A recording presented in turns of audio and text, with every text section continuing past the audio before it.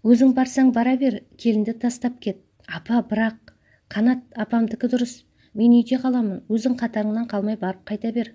Ақылыңнан айналдым, құлыным. Балам, өзің барып ертелеу қайт. Айнұр жолдасының киім-кешегін үтіктеп, тазалап, киіндіріп, есік алдына дейін шығарып салды.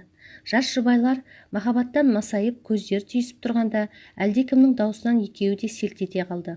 Естерін жиғанда сыныптас қыз Назеркенің жандарына жақындап қалғанын байқады. Қанат, қалың қалай? Бағанадан бері шақырып жатырмын, тегі еститін емессің. Махаббаттан басың айналып, көрсоқыр керең болып қалғансың ба? Кешір, байқамаппын. Айта бер. Көлігің бос болса, мен сенімен бірге барсам болады ма? Айтқандай, Айнұр, сен бармайсың ба? Түріңе қарасам бармайтын секілдісің. Әрине бос. Жоқ, мен бармаймын. Өздерің жақсы барып келіңдер. Онда ертерек барайық. Сау бол, Айнұржан. Қанат үшін алаңдама, оған өзім бас көз боламын. Не үшін алаңдауым қажет? Қыздарға көз салса, өзім-ақ екі көзін қойып алармын. Жаным, саған алаңдаудың, ал Назерке, саған бас көз болудың қажеті жоқ. Жаным, кешікпей келемін. Мені күт. Жүр, кәне, жолдан қалмайық. Айнұр жолдасының артынан телміре қарап, көңілі алап-ұртып қала берді. Қанша дегенмен бөтен үй, бөтен жер болған соң, жолдасынсыз өзін қорасынан адасқан қойдай сезініп, көңілі жай таппады. Түнгі 12-ден асса да, оның келер түрі жоқ. Ары-бері бөлменің ішін кезіп, уақыт тоқтап қалғандай сезімде.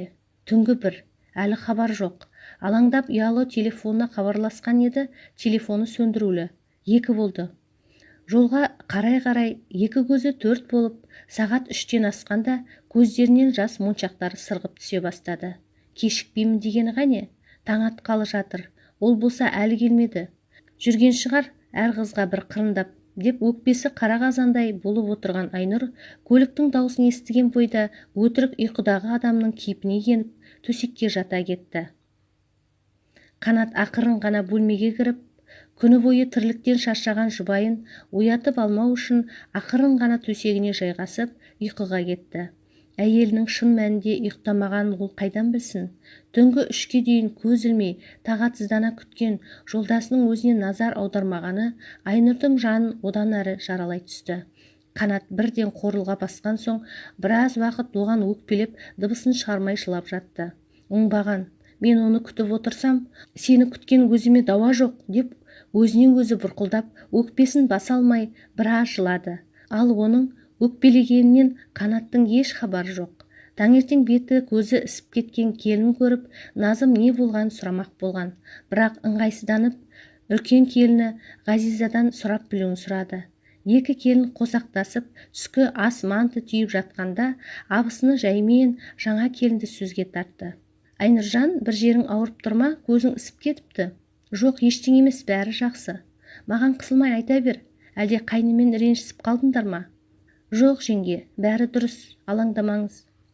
Жарайды, айтқың келмесе өзің білесің, бірақ есіңде болсын, кез келген уақытта сені тыңдауға дайынмын. Рахмет, жеңге. Айнұр күйеуін қызғанған, жеңгесіне айта алмады. Күні бойы қабағы ашылмай бұртиып жүрді. Оның жүзіне назар аудармаған жолдасы, оның жылағаннан, бет-аузы ісінгенін байқамады.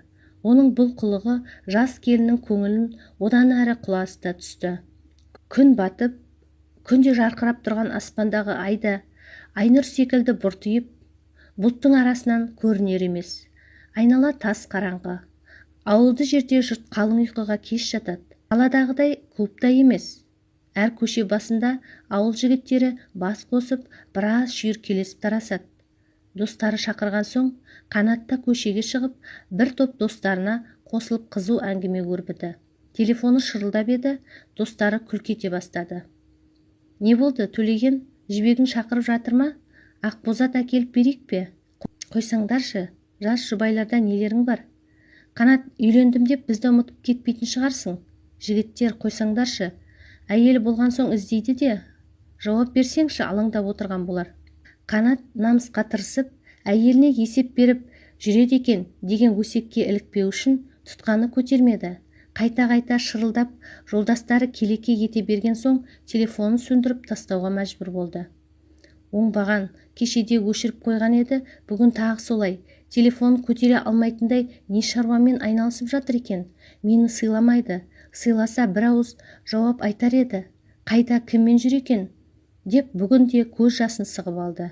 Кеш келген Қанат әйеліне мән-жайды түсіндірмек болып түрткілеп еді. Айнұр қырсығып теріс қараған күйі бұрылып та қараған жоқ. Жаным, қоңырауыңа жауап бермегенім үшін кешірші, маған қараш, сөйлесші менімен, қараш енді деп жалынса да мүсіндей қатып қалған әйеліне ашуланып, қолын бір сілтеп теріс қараған күйі ұйқыға кетті. Жолдасы ұйықтаған бойда оның ұялы телефонын алып тексере бастады. Оның үйден шығуына себепкер болған соңғы қоңырау шалған нөмерге жасырын номермен қоңырау шалып еді, тұтқаны нәзік дауысты әйел адам көтерді. Үндемей тұтқаны өшіріп, өз құлағына өзі сене алмай, аң-таң болып қалды. Әрине, ол бұл дауыстың кімге тиесілі екенін бірден ұқты.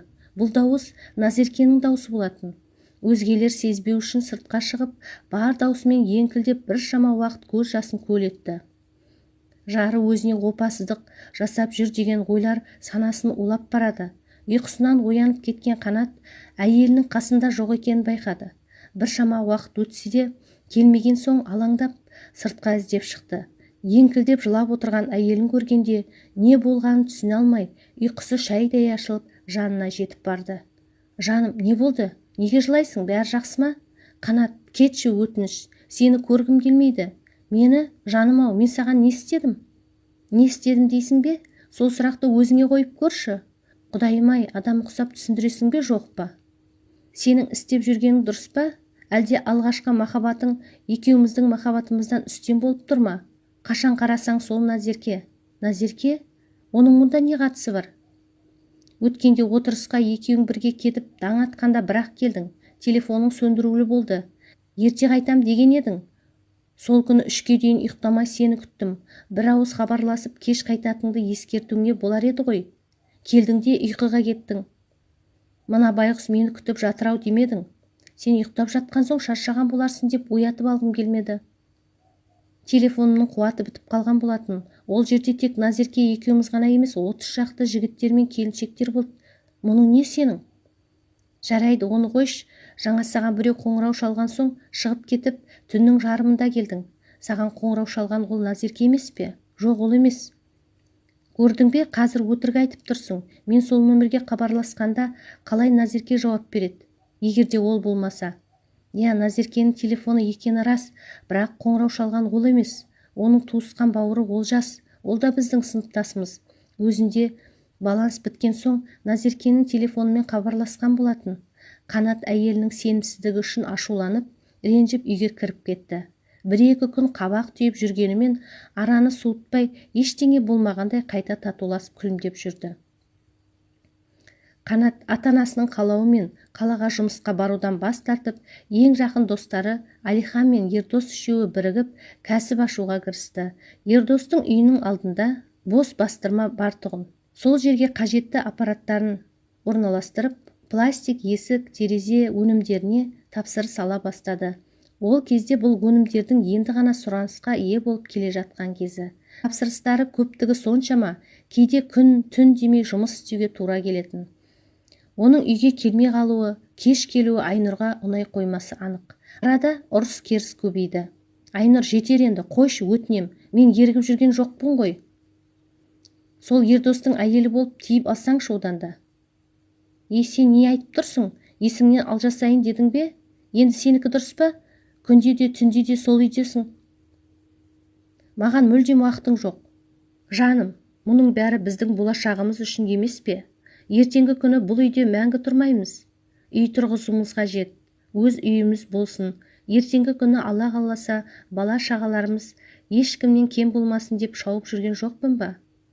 Үй, ақша, тағы не? Ал махаббат ше? Махаббат болмаса мұның бәрі көк тиын. Сен үшін махаббат деген не өзі? Күндіз түні жаным, күнім, айым деп сенің жаныңнан бір елі ажырамауым қажет пе? Сен үшін осы махаббат па?